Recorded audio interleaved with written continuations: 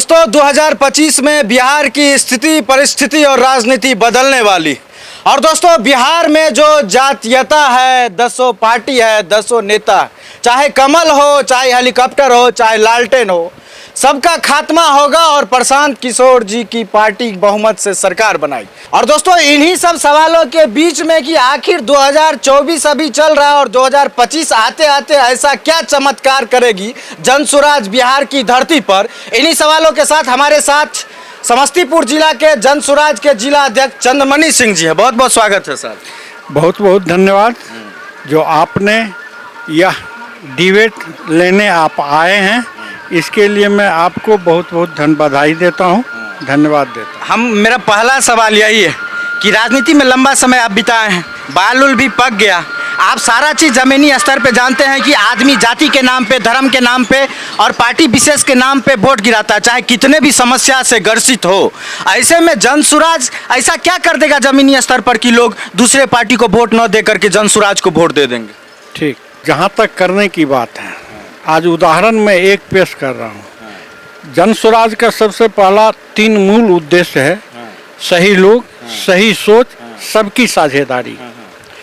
उस आधार पे हम लोगों ने निर्णय लिया है कि 2 अक्टूबर को हम अपना पार्टी का घोषणा करेंगे, चुनाव आयोग के पास अपना नामांकन दर्ज कराएंगे। लोग में ऐसा क्या बदलाव होगा? आपका मुख्य सवाल ये है, लोग में बदलाव होगा। आप कह रहे हैं बिहार में जाति हॉबी है, मैं इस बात को नहीं मानता हूँ।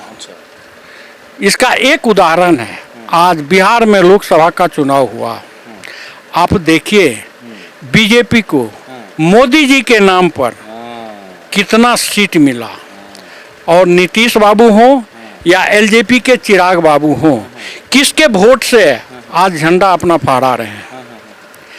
तो मोदी जी की जनसंख्या बिहार में कितनी है? उन जाति का, मोदी जी की जो जात है उस जात की जनसंख्या बिहार में है तो कितना है, और लोगों ने वोट दिया या नहीं, और दिया या नहीं तो आज बहुमत में कैसे हैं, आज तीसरी बार प्रधानमंत्री कैसे बनने जा रहे हैं। रही बात बदलाव की, तो देखिए हमारा जनसुराज का कैंपेनिंग है, हर घर हम अपनी व्यवस्था बिहार के जनता को बतावें। हमारा क्या पार्टी मैनिफेस्टो में मुख्य 4 चीज़ें हैं, उन 4 चीज़ों पर मैं आपका ध्यान आकर्षित करता हूं। सबसे बेसी हमारे बिहार में पलायन है, यहाँ से लोग जाते हैं, ना मान न सम्मान है, साधारण मजदूरी के तौर पर जो मिलता है उसे लेके अपने घर पर आते हैं, अपने बीवी बच्चे परिवार से सबको छोड़ के वहाँ रहते हैं। कोई प्रिय अप्रिय घटना होती है तो उनको कोई देखने वाला नहीं होता। दूसरी बात है शिक्षा। आज अच्छी शिक्षा प्रणाली का जो व्यवस्था है, क्या आप तो पत्रकार हैं, आप तो सारी बात जानते हैं, क्या बिहार में आज है कुछ? ये नहीं है। अब आ जाइए स्वास्थ्य पर। स्वास्थ्य की क्या व्यवस्था है? अगर कोई मेजर बीमारी होता है तो यहाँ से लोग दिल्ली, बम्बई, मद्रास, ABCD जगह जाते हैं। हम सोचते देखते हैं हमारे लालू बाबू और नीतीश बाबू जनगणना कराए, जनगणना कराने पर आपने देखा होगा जनसंख्या किसकी अधिक है। क्या बिहार में ऐसे लोगों की जिनकी जितनी ज़्यादा जनसंख्या है उनकी भागीदारी सुनिश्चित किया है जदयू या लालटेन? किया है तो बता दीजिए। रही बात महिला सशक्तिकरण का नारा दे रहे हैं ये लोग। महिला सशक्तिकरण में आज देखिए कितना हमारे बिहार में MLA हैं और कितना MP को सीट दिया गया। ये सब पार्टी दलील दे के झूठ मूठ को बरगला के जाति आधार नारी सशक्तिकरण का नारा दे के और धर्म का प्रचार करके बहुमत ले रही है। आज देखिए नीतीश बाबू को तुरंत राजद में आए अपनी कुर्सी बचाने के लिए और तुरंत बीजेपी में चले गए। अरे बीजेपी को भैया क्या चाहिए? केंद्र में सरकार चाहिए, बिहार से उनको क्या लेना देना? 10 वर्ष के कार्यकालों में बिहार के लिए विकास के लिए एक बैठक जब हमारे मोदी जी नहीं कर पाए तो बिहार को क्या कर पाएंगे? ना अच्छी शिक्षा प्रणाली है, बेरोजगारी का जर्जर भरा हुआ है, हर घर से 2-4 व्यक्ति बाहर रहते हैं। शिक्षा की जितना बात आप बोल रहे हैं ये समस्या तो सब लोग महसूस भी करते हैं ना, बिहारी लोग ट्रेन में ठूस के जाते हैं, बच्चा को बाहर पढ़ने के लिए जाता है, महंगा पड़ा। ये सारा समस्या तो लोग समझ ही रहे हैं, जो समस्या आप समझा रहे हैं। हमको समाधान बताइए कि सभी पार्टी वादा करके आ रहे हैं, लोग वोट भी दे रहे हैं, आप भी वादा करके आइएगा, आपको भी वोट मिल जाए, तो इसको ठीक कैसे कर दीजिएगा आप? एकदम बहुत अच्छी बात आपने सवाल किया। हमारे इस सभी को ठीक करने का एक मैप तैयार है। अच्छा। उदाहरण स्वरूप प्रखंड स्तर पर एक ऐसी विद्यालय होगी जहां विद्यार्थी को सभी प्रकार की शिक्षा प्रणाली वहां मौजूद होगी, अच्छे टीचर होंगे, और प्रखंड स्तर पर सबसे पहले कम से कम एक स्कूल जरूर निर्माण होगा अगर हमारी पार्टी सत्ता में आती है तो। बिहार के जनता को क्या चाहिए? उनके बच्चों को शिक्षा चाहिए, उनके बच्चों को रोजगार चाहिए, अच्छी शिक्षा प्रणाली चाहिए, उनको अच्छे बेरोजगारी दूर करने के लिए उनको गांव में रह के मिनिमम 10 से 15 हजार रुपये का मासिक आय चाहिए। कैसे? और ये होगा इसका कारण है, आप शिक्षा का ले लीजिए प्रखंड स्तर पर कि सभी पर, अगर बिहार में सभी प्रखंडों में अच्छी एक नवोदय विद्यालय जो है उस अच्छा ढंग से उसको बना के सही शिक्षक रख के सभी प्रकार का उसको भी वहाँ पर शिक्षा का अगर दिया जाएगा व्यवस्था, तो मैं समझता हूँ बिहार किसी से स्टेट से कम विद्वान और कम विद्वता अभी बिहार के बच्चों में नहीं है, और वो अपना जगह जरूर प्राप्त करेगा। दूसरी बात है रोजगार की भी व्यवस्था होगी। अब उदाहरण ले लीजिए, अभी हम लोग जो टैक्स देते हैं, जिसे हम लोग कहते हैं ये आपको कपड़ा पर देते हैं, जीएसटी कटता है, एबीसीडी जितने प्रकार के कर हैं जमा करते हैं, सभी हमारे बैंक में, जो हिंदुस्तान के बैंक में, बिहार के बैंक में जाता है। क्या हमारे बिहार के जितने बेरोजगार युवा हैं उन्हें बैंक के द्वारा सही रूप से जितनी हमारी बिहार की भागीदारी होनी चाहिए, क्या उतना लोन प्राप्त कर पाता है? बिहार के लड़का स्वरोजगार अपने इच्छानुकूल नहीं कर पाते हैं पूंजी के अभाव में, और हमारे बिहार का पैसा गुजरात में जाता है, मद्रास में जाता है, एबीसीडी सभी स्टेट में जाता है, जहां से बेरोजगारी दूर होती है। लोन के माध्यम से बेरोजगारों को लोन दिया जाता है, उनको अपने क्षमता के अनुकूल रोजगार करते हैं और उससे उनका उन्नति होता है। पहली बात हुई। दूसरी बात हुई कल कारखाने की। आज बिहार में देखिए चीनी मिल, जूट मिल, खाद का मिल, सारा जगह बंद है, कुछ ही नाम मात्र के कहते हैं। आज 30 वर्ष में हमारे बिहार सरकार, चाहे लालू जी हो चाहे नीतीश जी हो, एक भी मिल को सुचारू रूप से चला के नहीं चला पाए हैं, और न तो गन्ना हो, जूट हो या खाद हो, समुचित ढंग से बिहार के जनता को नहीं पहुंचा पा रहे हैं। हमारा एक सवाल है कि सब आपके पास प्लान है बिहार के विकास का, सारा चीज। हमारा ये सवाल है कि बिहार में जो वोटिंग का सिस्टम है, एक कैंडिडेट चुनाव लड़ने जाता है अगर मुखिया का, नॉर्मली तो 10 लाख रुपया मिनिमम, विधायक वाला में 1 करोड़, और सांसद वाला में कोई गिनती ही नहीं। ऐसे में बोल रहे हैं कि स्वराज की बात कर रहे हैं, आप जनता की राज की बात कर रहे हैं, तो एक आम जनता जो गरीब परिवार का है, सामान्य परिवार का है, योग्य है, वो कहाँ से लाएगा 10 लाख और 1 करोड़ रुपया चुनाव लड़ने के लिए? चुनाव लड़ने के लिए पैसा उतनी महत्वपूर्ण नहीं है जितनी महत्वपूर्ण व्यवस्थाएं हैं। अच्छा। आज उदाहरण स्वरूप हमारे प्रशांत जी पद यात्रा किए, क्या आपने देखा है जन सैलाब को? देखे हैं। जब तक लोग वस्तु स्थिति का अनुभव नहीं कर रहे हैं, पैसे के आधार पे, दारू के आधार पे, मुर्गा के आधार पे, कपड़ा के आधार पर हमारे बिहार के जनता जो अब तक वोट करते आ रहे हैं, जब तक इसमें विचार परिवर्तन नहीं हुआ है, तो हमारे प्रशांत जी के साथ इतनी बड़ी जन समूह है क्यों? अच्छा, ये एक चीज है कि अभी आप लोग विधिवत राजनीतिक तौर पे नहीं आए हैं, पार्टी बनने के बाद ही आएंगे ऑफिशियली, लेकिन अभी आप लोग अंदर अंदर काम कर रहे हैं। वो दूसरे पार्टी का जैसे कार्यकर्ता सड़क पे दिखते हैं झंडा बैनर के साथ, अभी आप लोग का वो हुजूम नहीं दिखा, लेकिन आपको लगता है कि जब पार्टी बन जाएगा और जब जन समूह समर्थन दिखाने की बारी आएगी तो आप लोग किसी से पीछे नहीं रहेंगे? हम लोग कभी पीछे नहीं रहेंगे। अच्छा। आप बहुत अच्छा सवाल किए हैं।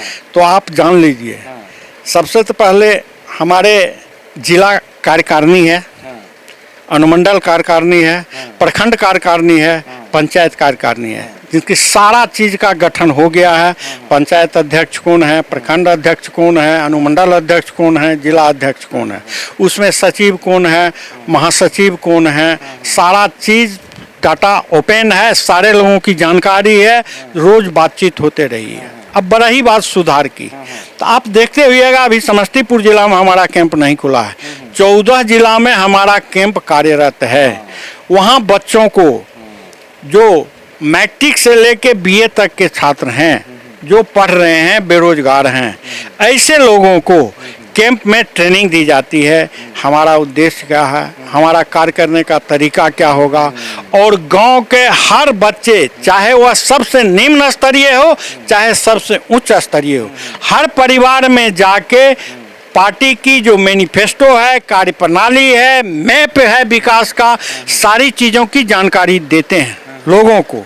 और ऐसी स्थिति में अगर जातिवाद, धर्मवाद से ऊपर उठ के जनता अगर चाहेगी तो 1960 के दशक का बिहार जो विकसित दशक था, जो आज बिहार का स्थान 28वां है, बिहार एक स्थान में हिंदुस्तान के भारत में बिहार का पहला स्थान जरूर दर्ज होगा। और मुझे आशा और उम्मीद है कि जन सैलाब है हमारे पास, और हमारे जो सक्रिय सदस्य हैं, आज के डेट में हमारे पास 1 करोड़, जन स्वराज के पास 1 करोड़ सदस्य हैं जो कि प्रचार प्रसार सभी तरह के कार्यकलाप को अंजाम दे रहे हैं। और 2025 आते आते हम लोग इसकी वृद्धि करेंगे। ऐसे में क्या लगता है कि महिलाओं की जो स्थिति है अपने यहाँ पे, पति लोग तो सब चल जाते हैं बाहर कमाने के लिए, महिला लोग खुरपी लेकर के जाती है, 100 रुपया 200 रुपया में घास कमाती है, मजदूरी करती है, लेबर का काम करती है, बहुत सारा समस्या। तो ऐसे में जन स्वराज जो वादा कर रही है, बच्चे के लिए सोचिए, बच्चे के लिए सोचिए, महिला के लिए आप लोग क्या सोचे? महिला के लिए सबसे तो पहले आपको मैं ये बता दूं, जो 243 विधानसभा सीट है, 40 सीट सुरक्षित महिलाओं को दिया जाएगा, पहली बात। और जनसंख्या के आधार पर कोई आरक्षण नहीं होगा हम लोगों के जन स्वराज में, जनसंख्या के आधार पर ही पद सृजित किया जाएगा, और ऐसे लोगों को ही चुनाव लड़ाया जाएगा। चुनाव में हम सभी जनसंख्या के आधार पर ही कैंडिडेट का चुनाव होगा। दूसरी बात, महिलाओं के लिए आप सोचिए, महिला को क्या चाहिए।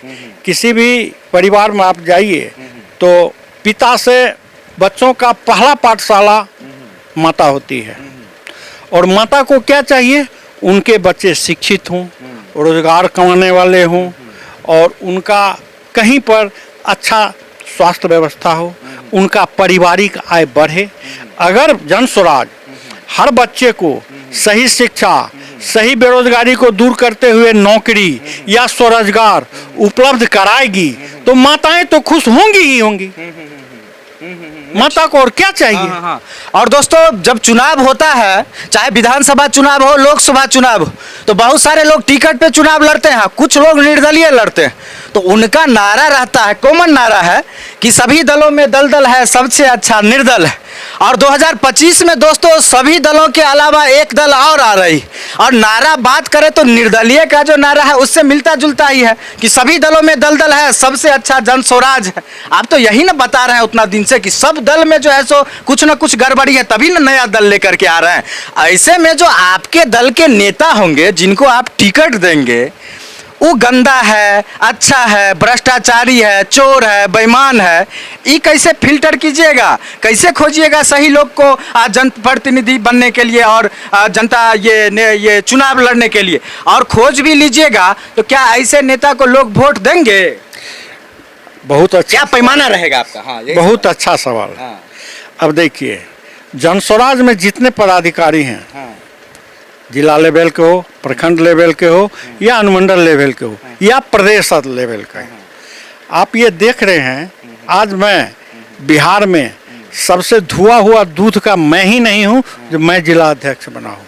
हमारे कैरेक्टर को, हमारे चरित्र को, हमारी कार्य प्रणाली को आईपैक के द्वारा इंक्वायरी के बाद ही हमें यह स्थान प्राप्त हुआ है।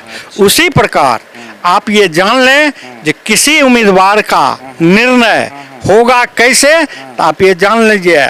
आप सुनते होइएगा गांधी जी के ग्राम स्वराज का सबसे पहला होता था, कांग्रेस में पहले अधिवेशन होता था, उसी प्रकार पंचायत स्तर पर अधिवेशन होगा, प्रखंड स्तर पर अधिवेशन होगा, जिला स्तर पर अधिवेशन होगा, प्रदेश अध्यक्ष पर, प्रदेश स्तर पर होगा। और इन सभी बातों से फिल्टर करके जो आएंगे, जिनकी जितनी जनसंख्या है उनकी भागीदारी के आधार पर उम्मीदवार का चुनाव किया जाएगा। अच्छा, ये भागीदारी शब्द का जो आप प्रयोग कर रहे हैं, तो ये मान ले कि जो जात का संख्या ज्यादा है तो उसी जात के व्यक्ति को आप आगे बढ़ाइएगा। स्वाभाविक है, जनसंख्या प्रजातंत्र में वोट सर्वोपरि है, और वोट जाति के आधार पर अगर उनकी जनसंख्या 75% है तो 75% लोग उन्हीं पार्टी के उम्मीदवार होंगे ही होंगे बिहार में। इसमें तो कोई दुमत नहीं है, क्योंकि वोट उनके पास है तो उम्मीदवारी किन की होगी। तो उसमें से मान लीजिए जरूरी नहीं है कि आपको अच्छा लोग मिलिए जाए, एकदम मिलेगा, क्यों नहीं मिलेगा, सभी जाति में अच्छे हैं। आप बताते हैं राजद में 7वां पास जब हमारे तेजस्वी जी मुख्यमंत्री का दावेदारी कर सकते हैं, तो क्यों नहीं और जाति में 6ठा पास को हम लोग दावेदारी साबित करेंगे। लेकिन जनस्वराज ऐसी नहीं करेगी। जनस्वराज विद्वान लोग, शिक्षित लोग, ईमानदार लोग को ही उम्मीदवार बनाएगी, चाहे जिस जाति से हो। 10 वर्ष का उनका कार्यकलाप अगर हम लेते हैं, फीडबैक अगर उनके ग्राम पंचायत से लेते हैं, हमें जरूर अच्छे व्यक्ति मिलेंगे, ऐसी आशा और विश्वास है।